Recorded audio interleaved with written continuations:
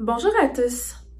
La capsule d'aujourd'hui fait partie d'une série de capsules dont la thématique est réussir votre transition d'employé TI à consultant TI. Le but de la capsule d'aujourd'hui est de discuter davantage d'un élément qui est important dans le cadre de la transition et c'est le contrat de service. Typiquement, les clients avec qui on travaille sont employés, ont l'opportunité de travailler comme consultants. Et dans ce contexte, l'agence avec laquelle ils font affaire vont leur remettre un contrat de service ou de sous-traitance.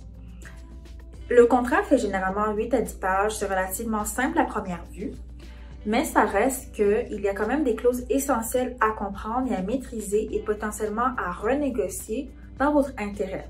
Je vais faire le survol de quelques clauses qui sont essentielles à comprendre et la première, déjà, c'est la durée du contrat. Donc, premier élément basique, comprendre quelle est la durée de mon contrat. 1 an, 6 mois, parfait. En deuxième lieu, comprendre quelles sont les clauses de résiliation. Dans quel contexte mon contrat qui devait durer 6 mois ou 1 an peut être résilié. Est-ce que mon contrat peut être résilié de façon unilatérale? Donc, est-ce que l'agence peut mettre fin à mon contrat? Est-ce que moi, je peux mettre fin à mon contrat et c'est dans quel contexte? Quelles sont les conditions pour y mettre fin? Et notamment, quels sont les délais en termes de troisième clause qui entre dans la résiliation? Quels sont les délais pour y mettre fin? En tant que prestataire de service, dans quel contexte est-ce que je peux souhaiter mettre fin au contrat? Est-ce que moi aussi, je peux du jour au lendemain, sans préavis, mettre fin à mon contrat? Naturellement, non. C'est sûr que c'est pas possible et c'est compréhensible. Mais il faut quand même voir est-ce que c'est une option. Et vous serez surpris de voir que ça l'est souvent pas.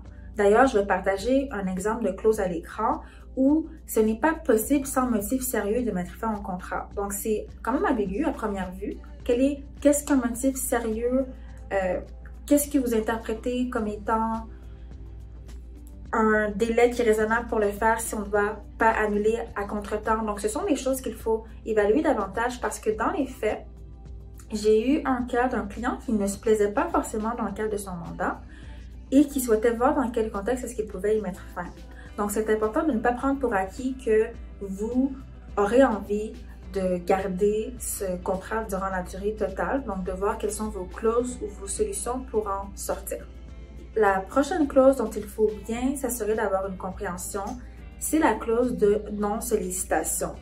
C'est une clause qui va toujours se retrouver dans les contrats, donc la non-sollicitation des clients de l'agence. Et c'est normal dans un sens, mais juste faire attention à la façon dont c'est formulé. Est-ce qu'on fait référence aux clients avec qui vous travaillez ou à l'ensemble des clients? C'est important de vraiment voir comment est-ce que c'est rédigé pour vous assurer que ce n'est pas à votre détriment. Parce qu'il y a une vie après ce premier contrat ou ce contrat en cours. Et la dernière clause dont j'aimerais parler qui est importante à comprendre, c'est la clause de responsabilité ou indemnisation. On voit régulièrement des clauses qui font état du fait qu'en cas d'erreur, en cas de problème, en cas de poursuite, c'est 100% la responsabilité du consultant de venir dédommager le client ou l'intermédiaire, l'agence. Donc, c'est important de comprendre dans quel contexte est-ce que votre responsabilité peut être amenée à être prise en compte? C'est important de comprendre jusqu'à quelle hauteur on peut exiger de vous que vous indemnisiez et comment est-ce que ça peut se produire, comment vous serez informé de l'erreur qui nécessite que vous preniez en charge la responsabilité.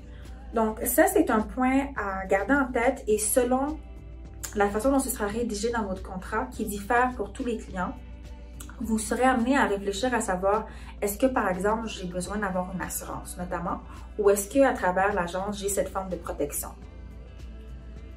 Donc, cette capsule voulait vraiment juste vous mettre en lumière les quelques clauses qui sont les plus importantes qu'on voit régulièrement, qu'on renégocie régulièrement, afin que vous puissiez vous assurer que lorsque vous signerez le contrat, ce sera en connaissance de cause et que vous serez vraiment satisfait de l'entièreté du contrat. Donc, ça se termine pour cette capsule. Si vous souhaitez en savoir davantage sur la transition d'employé à consultant, j'ai un webinaire dans son intégralité qui est disponible via le lien et je vous invite à nous contacter pour toute question. Merci et on se revoit dans la prochaine vidéo.